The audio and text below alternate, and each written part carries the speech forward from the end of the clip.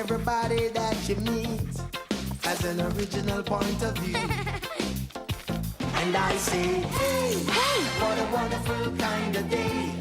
If you could learn to work and play and get along with each other.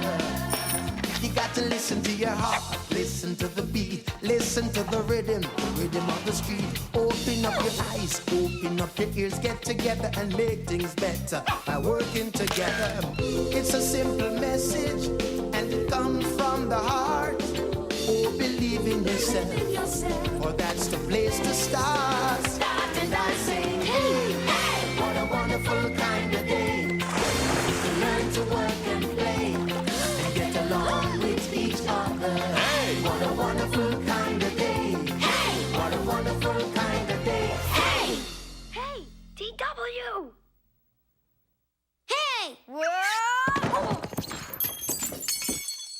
Hello, you're listening to Storytelling Saga, the podcast that shares stories. I'm your host, Allie, and this week I'm discussing Arthur, based on the books of the same name created by Marc Brown. This is one of those shows where it's certainly generational. It's crazy that it officially wrapped the series this past February, because it started back in 1996. Has a total of 25 seasons and 253 episodes. That's a huge accomplishment. It actually premiered on October 7th, 1996.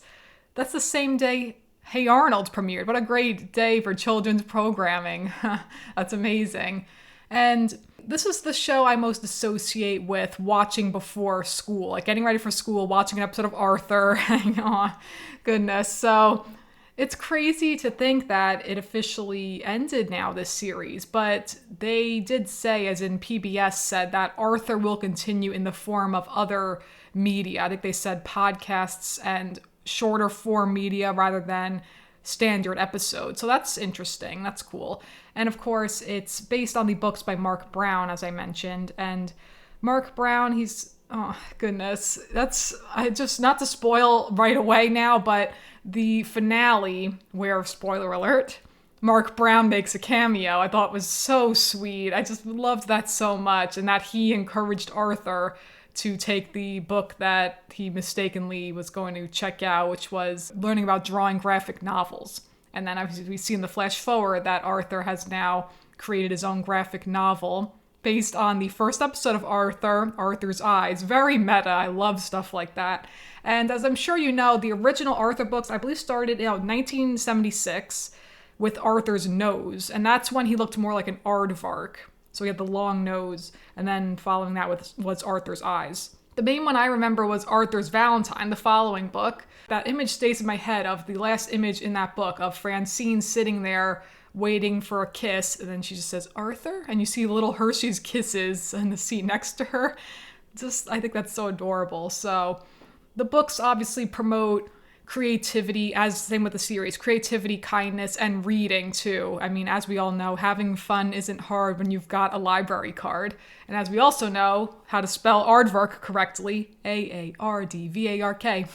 So what makes this show stand out with people who grew up with it, certainly, is that then it gains a whole second life on the internet with the memes. And similarly with SpongeBob too, because like the early seasons of SpongeBob, really, how many memes there are, and the new ones too, actually, but with people who grew up with it and have the nostalgia for it. So I had watched the series finale because it's available on YouTube. I do highly recommend checking it out if you haven't already. It's kind of a nice bookend for your childhood. And for me personally, having not seen Arthur in years and years, and I'm sure maybe you would have experienced this as well, that as soon as the theme song started, I got a little misty-eyed. I was like, oh goodness, every day when you're walking down the street, that's such a great theme song. The kind of reggae vibes to it. It's officially titled Believe in Yourself by Ziggy Marley and the Melody Makers, because it's so upbeat and positive, and it's a beautiful theme song about coming together. What a wonderful kind of day when we can learn to laugh and play and get along with each other. We really need to hear that right now in this world. I mean, not to bring up what's going on in the world, but, you know, everything in the Ukraine, you know, so it's just devastating, truly. But so that's what's important about Arthur, promoting cooperation, teamwork, promoting friendship, promoting being yourself, all these things that kids go through. And since this series is, of course, geared towards children from ages 4 to 8. So it's not quite a preschool series, which is typically 3 to 5 years old. And it's not quite a kids series, which is typically 6 to 11. So it's right in between. And so the thing I did notice when I went back to watch a few old episodes that I remembered from years ago, from my childhood, is that the pacing is pretty slow compared to the standard 6 to 11 age range shows. But it's not as slow, of course, as preschool shows, where there's a lot of repeating things, because with those shows in particular, there's an arithmetic that needs to be met, whether it's whatever they're teaching you about, colors, shapes. So this show recently turns 25. Similarly it's another show I've been thinking about discussing, and I may. It's just, I don't know. It's different talking about preschool shows because it's not necessarily something you feel the need to go back to. It's like pretty much just stays in your early childhood. But I may at some point discuss Blue's Clues. So we'll see. But with Arthur, though, it certainly holds up. The writing, the characters, most importantly. Like, with all these characters, there's someone you can certainly relate to. Within Arthur's family, perhaps, or with Arthur's classmates. And Arthur himself, he is a flawed character, which is good. He's a very much like an every kid, that type of character, where he's just an average kid. He's got his friends, he's got school, he's got his family. But of course, he has to learn and grow. And in the first episode of the series, Arthur's Eyes, when we flash back to when he first got his glasses, and he's self-conscious about it, of course, getting teased. And then when he sees that his hero, Bionic Bunny, wears them, then it's like, oh, Bionic Bunny wears glasses, so then he feels kind of like a superhero. And then people, like, once he doesn't let it bother him, and then it goes away, all of the teasing and everything. Classic kids teasing and everything, but that's part of growing up, And of course, they are 8 years old, and, what's funny, so they're in 3rd grade, and watching the finale, a couple of things jumped out at me in terms of the animation, which, because of course the art style looks the same with kind of those broken lines from the original traditional cell animation. But what jumped out at me is that, to me, in my opinion, the animation felt a little flimsy, for lack of a better word. I don't know if it was flash or I couldn't really tell, but to me it just looked cheaper, to be blunt. That's just my opinion, of course, having not seen any newer episodes. So then just watching this finale then. And also what was weird is that I couldn't tell if the voices were the same. I thought, wait, is Buster's voice always high like that? Because the first one was Blabbermouth, with Buster being a blabbermouth. And then the finale was aptly titled All Grown Up. So with these kinds of shows, of course, you like to imagine what the kids will be like as adults. And then like what kind of careers will they have and stuff like that. So... which is great. Of course, reminds me of Rugrats. So, seeing the babies then grown up, which was then turned into a spin-off series. But so that reminds me too that watching these earlier episodes, I could see similarities to, I know, of course, it's all separate things, but it reminds me a little bit of Doug, certainly, Nickelodeon's Doug, which is, in fact, the very first original Nicktoon, the first one to premiere. So because with the slice of life and with Doug going through the trials and tribulations of growing up, even though he's a bit older, of course, he's 11 and a half specifically. And it also reminds me a little bit of Rugrats, of course, again, similarly, the slice of life. And same with Hey Arnold, definitely. But of course, again, with those shows geared towards slightly older kids, even though, of course, Rugrats, they're babies, but still. So just similar things with that I just found cute. And... gosh, Arthur's just, Arthur will live on for all eternity, which is wonderful because I truly think that this is one of those shows, similar with Sesame Street, that every child should experience because they tackle issues that don't always get attention, let alone entire episodes about them for kids, like kind of just the scary, depressing things that are a part of life. And I just think that's very important to acknowledge and to not what's always talked about in amazing kids shows, that they don't talk down to kids, that they relate to kids on their level.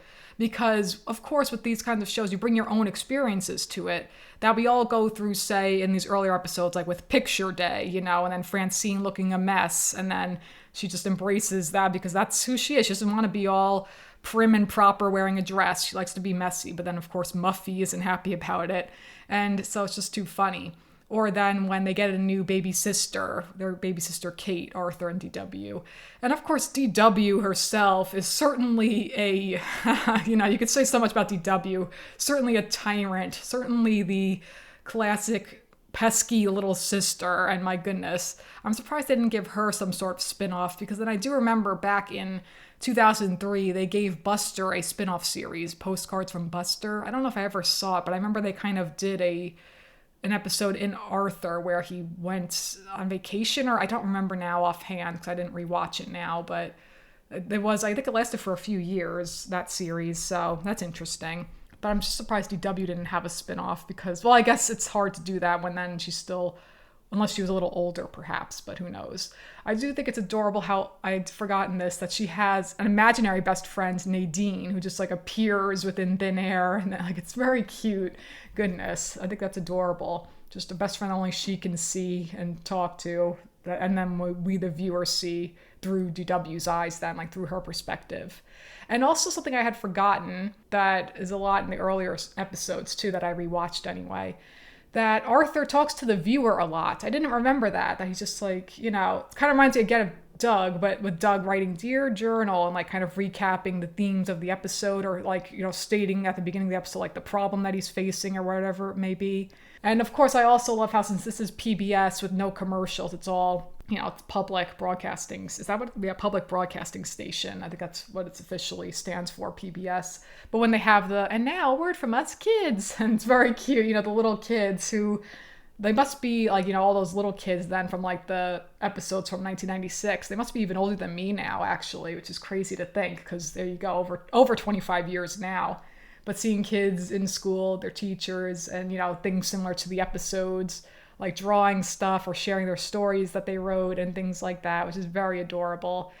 So, you know, it's just a wonderful show. It holds up really well. It's fun to revisit as an adult, and, you know, again, even though it's slow pace, like the relaxing pace, but the slice of life with it, that it's really great writing too. So that's why I just loved the finale. It just was perfect with having Marc Brown guest star. I loved that. And this show did have a lot of amazing guest stars. The main one I always remembered was Yo-Yo Ma, which I did watch. I rewatched that one. But then there's also another musician in that episode, Joshua Redman. So that's really cool too. So you got the famous cellist Yo-Yo Ma and the saxophonist Joshua Redman.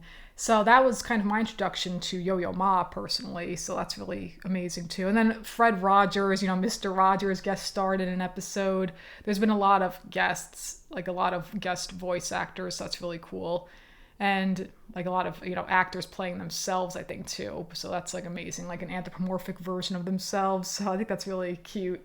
And of course, the other, like, if you want to call it, I guess, a controversy was from a few years ago when it was revealed that Mr. Ratburn, their teacher, was in fact gay and marrying a man, marrying Patrick. And that was a whole big, people, like, you know, stirring up stuff, you know, which is like so ridiculous on the internet. And I remember, though, the joke was people saying Arthur is still on. Like, that was like the main thing that I saw anyway. People were like more shocked that Arthur was still going, like, rather than the fact that Mr. Ratburn is gay, because who cares, honestly. Similar with, well, then you find out years later that on Hey Arnold, that their teacher, Mr. Simmons, is gay. And I actually watched that episode too. I was like, I need to watch that episode, because thankfully it was also available on YouTube. And that one guest stars Jane Lynch as Mr. Ratburn's older sister, who the kids think that they are getting married, and they think like, oh, she's too strict, she's too like not nice for our teacher, Mr. Ratburn. And then they meet Patrick, and it's so cute. They're saying like, oh, we need some chocolates for a librarian and a teacher. And then Patrick says, those are some of my favorite people. How sweet. So then it's so cute when it's revealed that it's Patrick who he's marrying, walking down the aisle together. It was a very cute episode. Oh my goodness. And Mr. Ratburn is such a great character because, again, it's one of those things where, yes, he's a strict teacher. He's certainly not an easy teacher, because then when they get Mr. Ratburn for the first time, like starting third grade, and they see like the other teachers who are so nice and fun, and then they see him who, you know, they got pop quizzes, they got a lot of homework. But then we see how he truly cares about his students, that it's all about having them be the best version of themselves and really apply themselves and push themselves academically and also in every area of their life, that he only wants the best for them. So that, yes, being strict and difficult, though, of course, it's tough, but that's what's going to help them in the long run in their academic life moving forward. And then when they get to college eventually, So he's a wonderful teacher. And something that resonated with me was when Arthur was trying to write, like another earlier episode, he's trying to write a story about how he got Pal, his puppy, and then he keeps like trying to cater it to everyone else when they're saying, oh, make it a Western. What about a romance? Like all these things about it. It's like, oh no, sci-fi. And so then it's just like a mishmash mess. Is that a word? Sure. Mishmash, that's a word. And when like he reads it and it's just, again, it's like doesn't make any sense. It's like, is this a true story? It's like, well, it's based on a true story. And then Mr. Rapper says, I'd like to hear it. Don't worry about trying to please everyone. Tell your story in a way that is the most meaningful to you. That's beautiful things. And it's so true. You know, you got to like write what's important to you. Otherwise, it's not going to resonate with you, let alone with anyone else. So that's just a nice sentiment, a nice thing to be reminded of. I do remember there's an episode when I think there's a substitute teacher, and first the kids are all excited because the teacher is super easy. It's like, okay, let's recite the ones times table. 1 times 1 is 1. I remember that. And then all of a sudden they're realizing they're not being challenged academically. So then when Mr. Rapper returns eventually, and then like they're taking a quiz, and then Buster's like, this is tough, like, you know, so they realize the importance of that. So it's really sweet too. So he's a great character. I love also the episode when he stays with Arthur and then like they're teasing Arthur, but then like Arthur gets to see another side to Mr. Ratburn, and he introduces them to, or like he brings like old videos of Spooky Poo, a parody of Scooby-Doo. So that's really cute. And of course, the other classic thing with Mr. Ratburn is like, oh, are you having cake? You know, that's too funny too. Oh goodness. So he's an excellent character. I think he's one of my favorites. I think I'm trying to remember who my favorite was when I was a kid. I think probably Arthur, because just like the relatability of Arthur. But I think, I don't know. I think I also always liked Francine when I was younger too. Francine's a great character, just kind of more of a tomboy.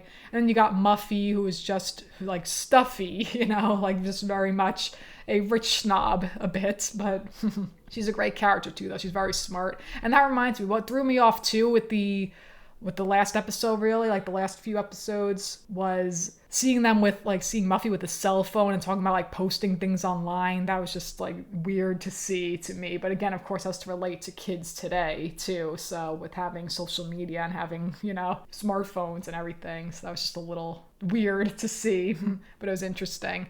And so then there's also talking about Arthur's classmates. Of course, there's the Brain. I forgot. And then I was like, oh, wait, what's his real name? And then Alan, that's his real name. He's a great character. I've always loved him too. I've always loved Binky too, because he comes off, he's supposed to be a bully supposedly, but then there's the episode when Arthur punches DW, and then he has to learn that that wasn't right, of course, that, you know, he has to apologize, and then because like she had broken his model airplane, and then when Binky and like with his like bully friends saying, oh, you gotta like punch the next kid you see, and then of course it's Arthur. So then when he does that, and like because it's peer pressure, and then Arthur realizes how horrible he was to DW, like being like humiliated and hurt and stuff. And then Binky apologizes, and then Arthur says, no, actually you helped me out. And then Binky's like, oh, well, I didn't want to teach you some boring lesson.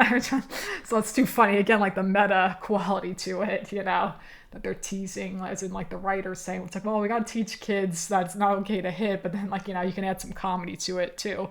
So then when he like disbands the club, he's like, well, no, I founded this club and I'm getting rid of it now. Like when they just, you know, this like bully club, I guess it was. That was just interesting. So he's a great character. Buster's great too. His main thing being like he just loves food.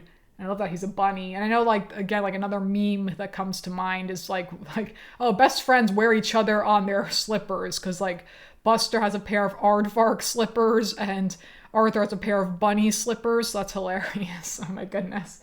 So I rewatched a few episodes. The one where they get their new, what are their names? Arthur's parents. I don't even know what their names are. I know it's just Mr. and Mrs. Reed, but I think the mom's name is Jane. I don't know what the dad's name is. I'm blanking now. Well, whatever. But when they bring home Kate, and then first it's from Arthur's perspective, having a new baby sister, and then it's from DW's perspective, wanting to help out, and then adjusting to no longer being the baby in the house. Like now she has a younger sister, sharing a room, and then with Kate crying, and then, you know, all of the struggles of that.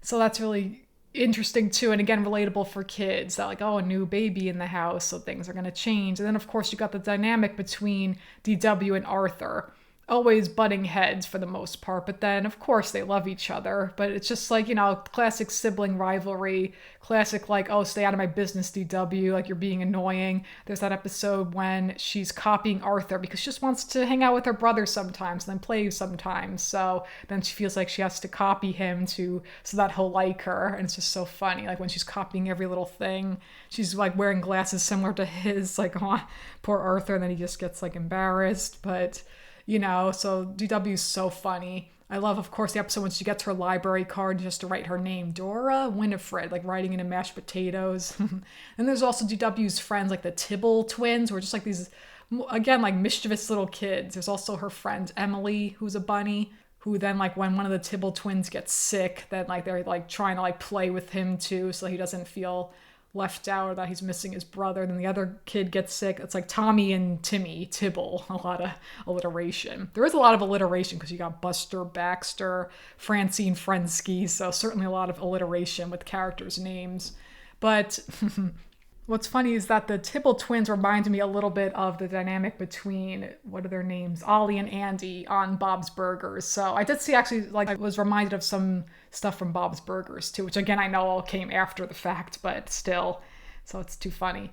And so one episode too that I really liked that I remembered from when I was younger too, when I was a kid, was the episode with like the Woogles, which is making fun of fads, how things come and go so quickly. Things like, they get swept up in the popularity of it, and then within a week, it's like on to the next thing. But when Arthur feels left out with everyone like getting these Woogle dolls, which I guess is supposed to be a parody of Beanie Babies and kind of perhaps Silly Putty and even kind of like Mr. Potato Head, that type of stuff. And just like, action figures, like all those kind of things combined. And like a pet rock, they parody that too.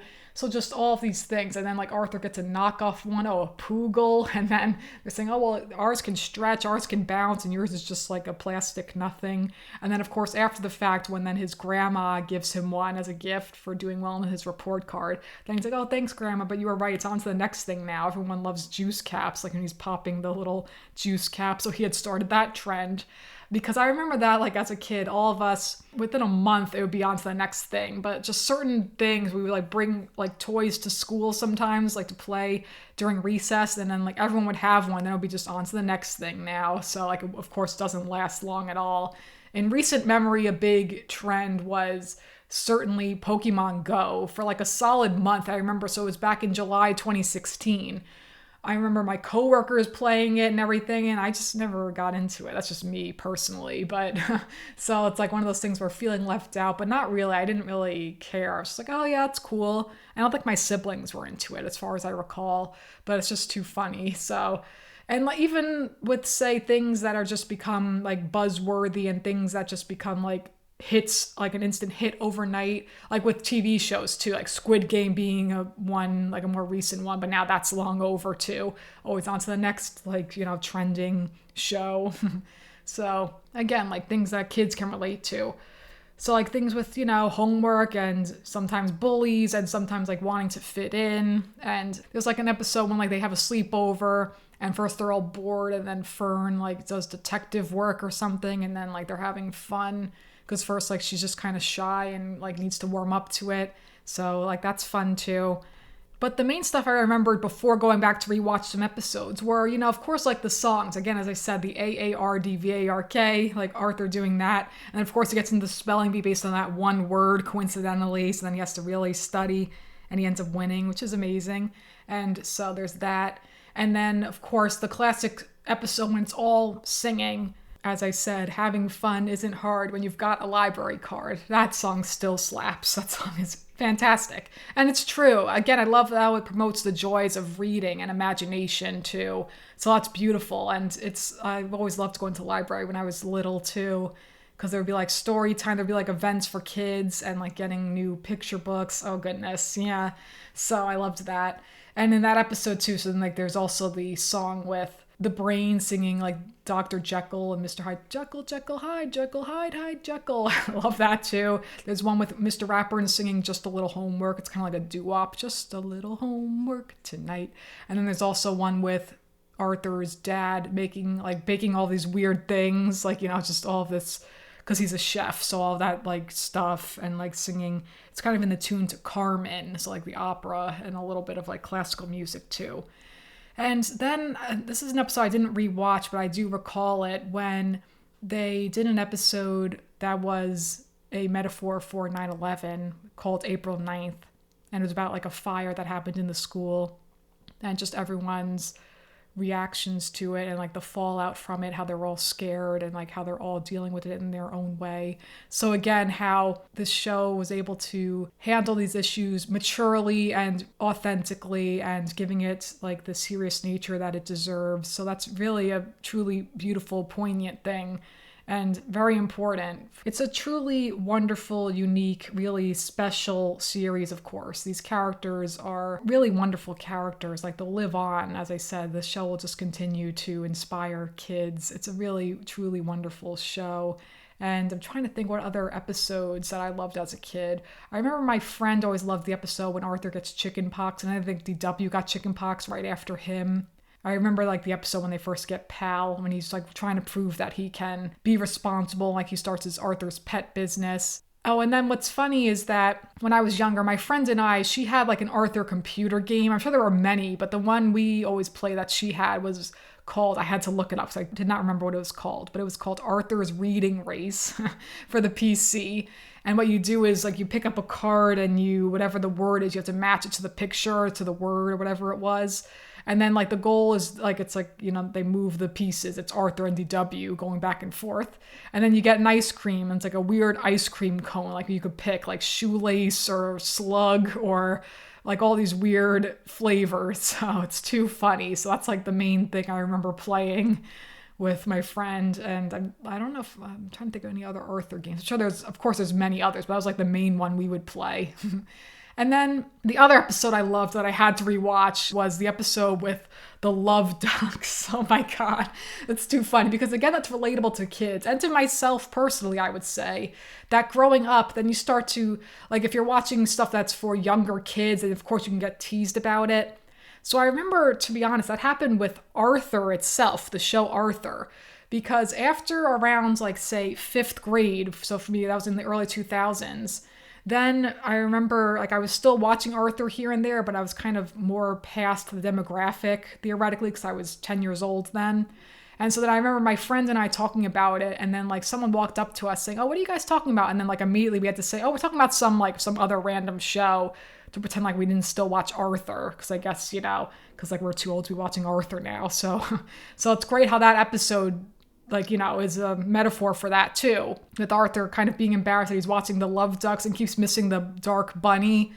And so then it's just so funny because the Love Ducks itself seems like a really trippy show. That's what just jumped out at me. Very trippy and kind of psychedelic because it's just these ducks floating around, swimming around, and quacking these like classic songs. It's just so funny. And then like Buster kind of gets hypnotized by it. And it seems like kind of a parody of, say, Teletubbies and certainly like just, you know, things like that. But it's just like quack, quack, quack, quack, quack, quack, quack, quack. Oh my goodness. So it's too funny. So that episode is fantastic. Oh goodness. So it's just a really great show. I can keep naming episodes, but you know, I'm sure you remember them too. Like those early ones, especially that we grew up with, like, you know, the first few seasons of the show. Oh my gosh, you know what? I totally forgot to mention arguably one of the best episodes of the series that of course I rewatched too. The Contest. Absolutely amazing episode that parodies all these different animated shows, and the fact that it's so meta because it's based on an actual contest where viewers could submit their own stories for Arthur that they would turn into an episode. And the winner was mentioned in the episode, Holly Holland, who had an idea that Arthur himself, like Arthur and his friends, would try to write their own stories and submit it to a contest. So very meta, absolutely amazing. And it parodies all of these amazing shows, in particular South Park, which it's so funny in hindsight now because they're parodying the first episode of the series, Cartman Gets an Anal Probe. So my goodness. So they're like even like copying the style of the animation, but also the style of the voice acting. So that is fantastic. They also parody Beavis and Butthead. I think also Daria, if I'm not mistaken. They parody definitely that episode, that show, like Mr. Katz. Or no, that's not what it's called. Oh my goodness. That show with like the wobbly lines, like Doctor something. Oh goodness, what's it called? Okay, so here it is definitively. I had to look it up because I couldn't remember offhand. We got Buster's Story, The Day the Earth Was Saved, parodying South Park. Then My Life is a TV Show, which is Muffy's story, and that's parodying Beavis and Butthead. So you got Arthur and Buster, it's Beavis and Butthead. And then yes, I loved this one. The Dexter's Lab parody, hair growth formula. And you got the Brain as Dexter, and then like you got the other kids as Dee Dee, and it's too funny because like Brain talking as Dexter in his laboratory. I love that show. I'm gonna have to talk about that show at some point because that show is so funny too. Because there's an episode too where a kid submitted a story that the animators animated based on the kid doing the reading and the voices for it. So that's amazing. But so that's great with that too. And then there is The Amazing Fight, parodying WWE and Hulk Hogan. And then there is, that's what it's called. Oh, it is called Dr. Katz. Okay, I'm thinking then mixing it up with that guy Katz from Courage the Cowardly Dog, but that is what it's called. It's Lauren Bouchard's show before he created Bob's Burgers. It's like from the 90s. So that's called The Troubled Sister. So then it's just so great when then like they give homage to all of the actual kids who submitted stories. That's just so cool. So, and that's like a lot they pack into that 11 minutes, but it doesn't feel rushed at all. And it's just like really fantastic. So that's an amazing episode. That's certainly like, it's just so good. One of those things where you didn't realize at the time they were parodying South Park and stuff like that. So too funny. Oh my goodness. So I love that one. It's a great show. Props to Marc Brown. Props to everyone who worked on this series. I love Arthur, the series, and the character. It's just a lovely show.